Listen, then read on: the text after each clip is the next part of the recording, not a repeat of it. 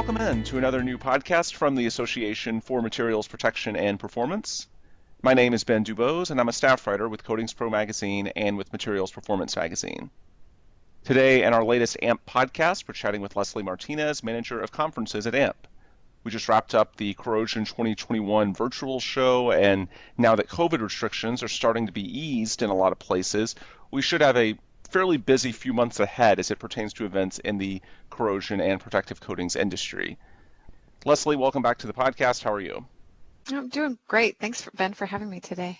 Yeah, thanks for coming back. And I think a good place to start our discussion, before we talk about what's to come, let's look back to the Corrosion 2021 virtual, which of course took place from April 19th through April 30th, available now in an on-demand format if you were a registrant. So Leslie, as we look back, just any numbers you have, general thoughts, how did this go the first time that we've done a major virtual event?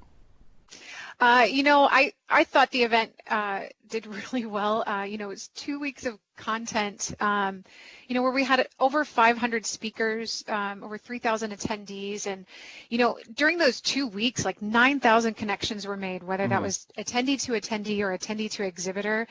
And, something that we've been hearing with virtual events and meetings is that you just don't have the connection, you don't have that networking. And yes, it is different, but during those 2 weeks there was over 27,000 messages exchanged, whether that was in the sessions or even private chats amongst individuals. So a lot of connecting, a lot of good activity that went on those 2 weeks during the event. What were some of the highlights? What were some of the things that you really, enjoyed from your perspective? From a staff perspective, I loved being able to actually sit in on these sessions. When we're on site, we have a lot of interesting content that I don't get to watch because, I'm going from here to there. But because of virtual, I actually got to listen in to these, to some of the forums and some of the symposia. And even if I missed it, I could go back and play it. So for me, that was something that was really exciting to be a part of. What type of feedback did you all get as far as the attendee experience and I suppose the sponsors as well? I know a lot of people, I don't know if apprehension is the right word, but there was certainly a little bit of uncertainty as it pertains to going virtual. What did you hear from the sort of user experience of this? A lot of what we heard was the ease of use of this platform. That was one of the reasons why we chose it. It was we found it to be very intuitive, easy to get, to move through, and that was a lot of the same feedback that we got from attendees. I also heard from attendees that that we were kind of hearing it before we started, that they were looking forward to being able to watch all the content that they wanted virtually versus when you're in person. If there's two simultaneous sessions, you can't do that. You can't be two places at once. So that virtual allowed them to watch one session and then go back and then watch whatever they missed.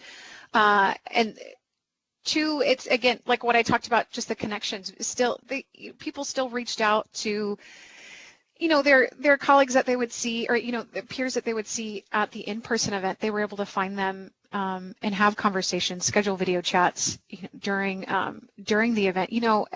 Especially going virtual, just worldwide, like with work, you have so much you have to do, and like setting aside time for a conference, it allowed you to take that time to actually connect with people. And so I think just that was a big part of the feedback that I heard, is just being able to connect and just the ease of the platform. And so yeah, that was a lot of what we heard so far. Yeah, when we had you on in March, a few weeks before this started, one thing we talked about, a fairly common theme, was that it would be a lot easier for the international crowd because obviously travel logistics, time zones, being able to participate virtually in theory is a boon for them. Is that sort of how it played out? Did you see a lot of, positive reception from the international community? Yes, absolutely. Over 30% of our attendees were international. So we had over 1,000 people were international for our event, which, like I think I said the last time, we typically have about 20% of our total attendee base is international. So the fact that we were having more international attendees was really exciting for us. Yeah, and what can be viewed on demand, I mean, for them, or I guess for anybody for that matter? I'm assuming pretty much everything is available, and for how long does this run? Yeah, almost everything is available. Most of the content still is going to be available until the 31st. So anything that is the technical symposia, Hmm. the um, the forums, any of the community sessions and awards, those will Gotcha. be available till October 31st.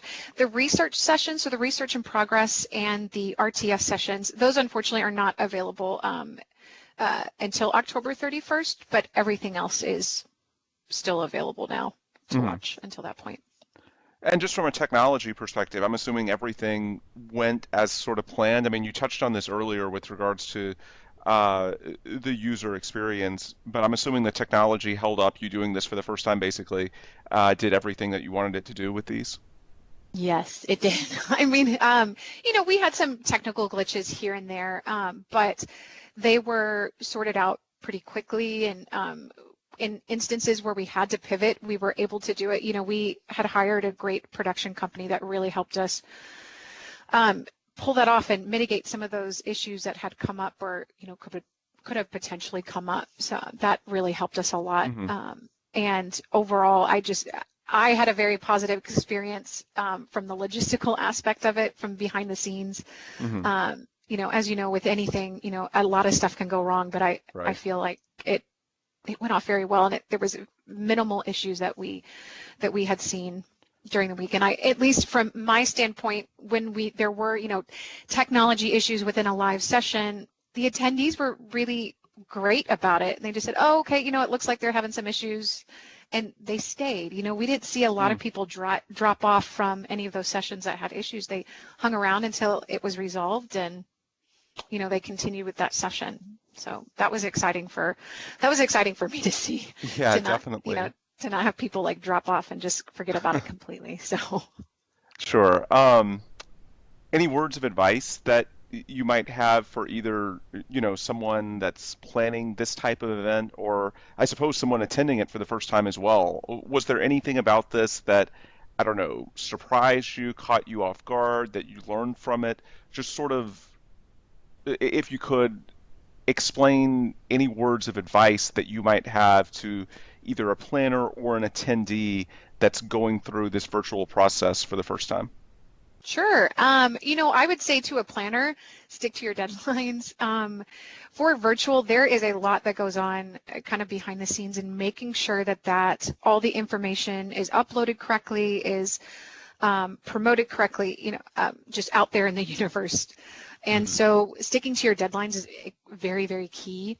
And in terms of the attendees, what I would tell them is that, if an event opens up early, before it starts, get in there early and browse around so that you're not logging in on the first day or before the very first session you want to watch and you're having technical issues, Hmm. right? So I would say get in there early, play around. As long as an organizer lets you in, dive in and do it as much as you can. And then again, to go back to the organizers, sorry to jump around, but to educate Yeah. attendees and exhibitors, those that are participating.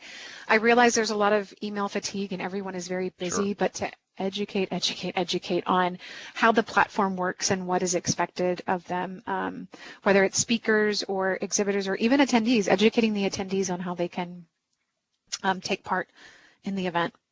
Yeah, definitely. I think that's pretty good advice. We're talking now with Leslie Martinez, Manager of Conferences at AMP. And besides this being the first virtual conference that we've done, it's also the first show that was held since the AMP merger between NACE and SSPC, obviously incorporating the SSPC audience that's very coatings heavy.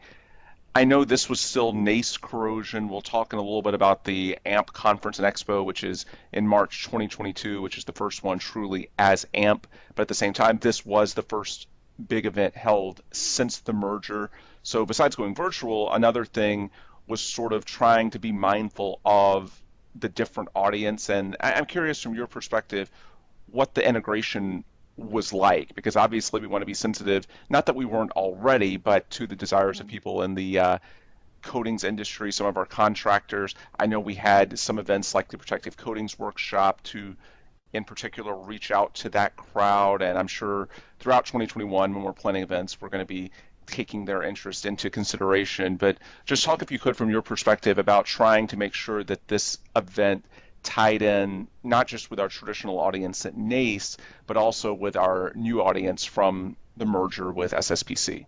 Yeah, no, absolutely. So as you mentioned, we had the protective coatings workshop, and we ended up adding a session around the QP program for this crowd, for the legacy SSPC members, but also to educate our legacy NACE members. And we tried to do some targeted promotions to that membership that just solely focused on the coatings program that we had for 21. So those were some of the things that we did, but obviously, as you said, for 22, because it's going to be the first year that we're combined, we're definitely ramping up a lot of that. Yeah. A lot of what we're having to offer in terms of the coatings industry. So let's transition to talking about the events that are coming up. Certainly we'll get to the AMP Conference and Expo, March 2022. Already mentioned that, but we have a few things coming up over the summer as well. I know with COVID restrictions being eased, we're going to start doing more in person. We've talked a lot about sort of the virtual experience so far, but at the same time, it's sort of a delicate balance, because while it gives you more opportunities, I'm sure, especially here in the States, there's a lot of enthusiasm for getting back to the in-person events that we had until March 2020. So how much enthusiasm have you sensed talking to, the various stakeholders within AMP, within the industry that I know you deal with regularly? How much enthusiasm have you sensed for some of these summer events getting back to more of an in-person format? There's a lot of enthusiasm to get back into person. There's, some hesitation, rightfully so. Sure. We've been essentially locked down for a year in regards to events. But there's definitely a lot of enthusiasm around to being in person and pressing the flesh and enjoying time with one another. And we have our first event in June. It's the Bring on the Heat event that's going to take place in Pasadena, Texas, that we're really excited to have, because the last in-person event we had was in February of 2020. So Jeez. It's been over a year now. I know, exactly. So we finally get to be back in person with Bring on the Heat. So it's something we're really excited about. How do you sort of strike the balance between, of course, we want to get back to normal and the in-person format that a lot of people crave, and God, I can't believe it's been that long now, 15 months, it's freaking crazy. But there's also the advantage of virtual with logistics, the international audience, the fact that the information can be accessed on demand. How much of a virtual component do you anticipate some of these events having? Is there a world in which, we get back to the in-person that a lot of us feel like we need for networking purposes and other reasons, yet also you have some technological accessibility through having it virtual? How do you sort of strike the balance between the two? That is a really good question. For the foreseeable future, there's definitely going to be a virtual component, particularly for international events. But something to keep in mind too is that there are some, like seminars or workshops that we've done where virtual just makes more sense than actually having it in person. One of that, for example, is just the MR0175 and ISO 15156 virtual workshop that we do. That has such an international audience, or that can participate in that event, that we saw that we have actually been more successful in offering it virtually, so we can broaden our reach for that workshop. But then in some of the cases where we can go back to in-person, some of those events just make more sense to be in person, and we're not going to have a virtual component to it just because they don't tend to get an international crowd. So it's going to be more of a local event, whether it's just local to a particular city or state or country, and then so in some of those cases we'll keep those in person, but where it makes sense, where we know we're going to have we can have a bigger international presence, we will add a virtual component, if it makes sense. Yeah. As far as events coming up over the summer, you mentioned Bring on the Heat out in Pasadena, just outside Houston.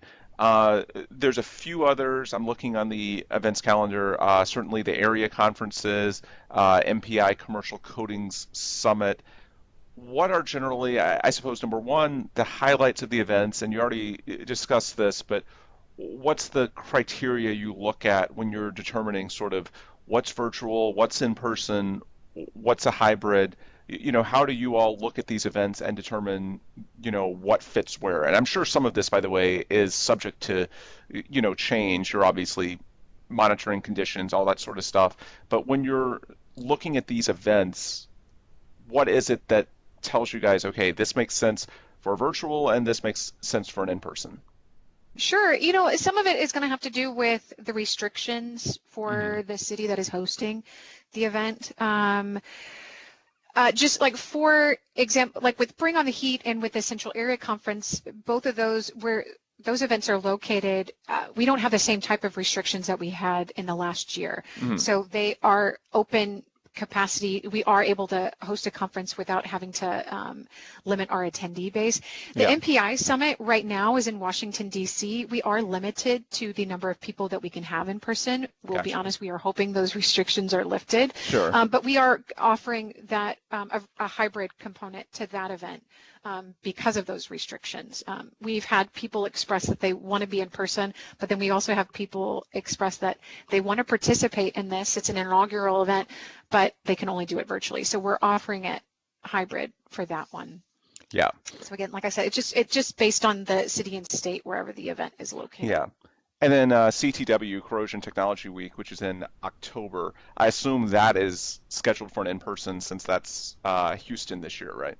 Correct, correct. That Gotcha. is scheduled in person, and they're looking at ways of, how we can still bring in people Hmm. virtually if possible. It's not going to have the platform that we had like for Corrosion, but Yeah, if there's a way to look at bringing in, that's being investigated. yeah. Of course, the really big show's still a few months away. Coatings Plus in December, and then as we touched on earlier, the AMP Conference and Expo in March, which um, really we're already fairly deep into planning. We just put up a story on our websites yesterday about the call for abstracts period being open right now. When it comes to these big shows, what are some of the sort of the key dates and milestones, the calendar, if you will, that folks need to be aware of in 2021 as we start down the road of planning those? Yeah, no, absolutely. So Coatings Plus, the abstract submission is closed, but we can expect to see the program coming up in the coming months. Like Hmm. that's going to be published in July in the Coatings Pro magazine, the advanced program as well. It's going to Yep. be uploaded to their website. And in July, registration is going to open for that event. Yep. For AMP Annual Conference and Expo for 2022, the call for abstracts, as you mentioned, is open until May 31st. We have 46 technical symposia that individuals can submit an abstract to.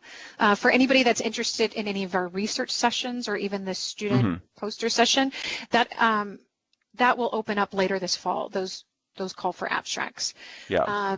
and then registration is going to open for that event this coming October. So from a very high level perspective, what's different about the AMP Conference and Expo relative to Corrosion? Obviously, I know you're looking at it as sort of the same time frame, once a year in the spring, the big industry event, but now that NACE and SSPC have merged, you obviously want to make sure that it's distinctive from our prior NACE branding.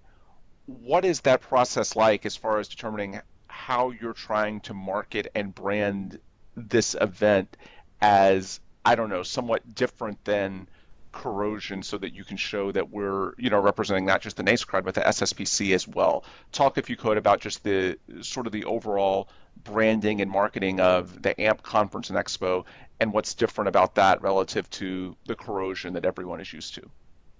Yeah, well, like I had mentioned earlier, we're bringing in more like coatings content. Right. And I think in some instances, we're actually looking to, just around certain industries. For example, we have a bridges and infrastructure symposia that is actually dealing with coatings and corrosion. I think in the past we've kept everything very separate. And now some of the instances in terms of the technical program we're looking to actually kind of combine that. In terms of like the exhibit hall, we're bringing in, we're adding some features to that this year, like with a heavy equipment area that we're going to have. And then we're trying to also bring in, we've got an AMP Connect, so like a hosted buyer program that we've never done before and that we're hoping to do for AMP, for this 2022 event, that brings in qualified buyers and so like really connects people to hopefully do business, in our exhibit hall. And then we're also trying to bring in partnerships. This year we had a partnership with ASM International. They did a couple of short courses for us, and also looking to bring in partnerships with other sister associations, if you will, to bring in content for next year. Sounds good. Wrapping up here with Leslie Martinez, Manager of Conferences at AMP. For anyone listening that wants more information on AMP events, or perhaps they want to offer feedback, they have questions, whatever it may be, what's the best place that they can go? What are some of the resources available to them? Yeah, so if they're interested in any of the events or even contacting any of us, I think the best place to go to would be the website. It's www.ampp.com/events.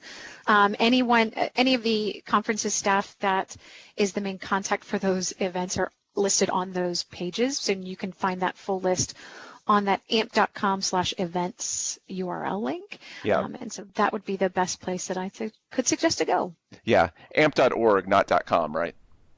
.org, yes. There .org. we go. Wow, yes, .org. Thank you. No worries. Just wanted to clarify because I was like, wow, is there some site that I'm not aware of? Yeah, okay. Nope. .org. Yes. Sorry about that. Okay. Perfect.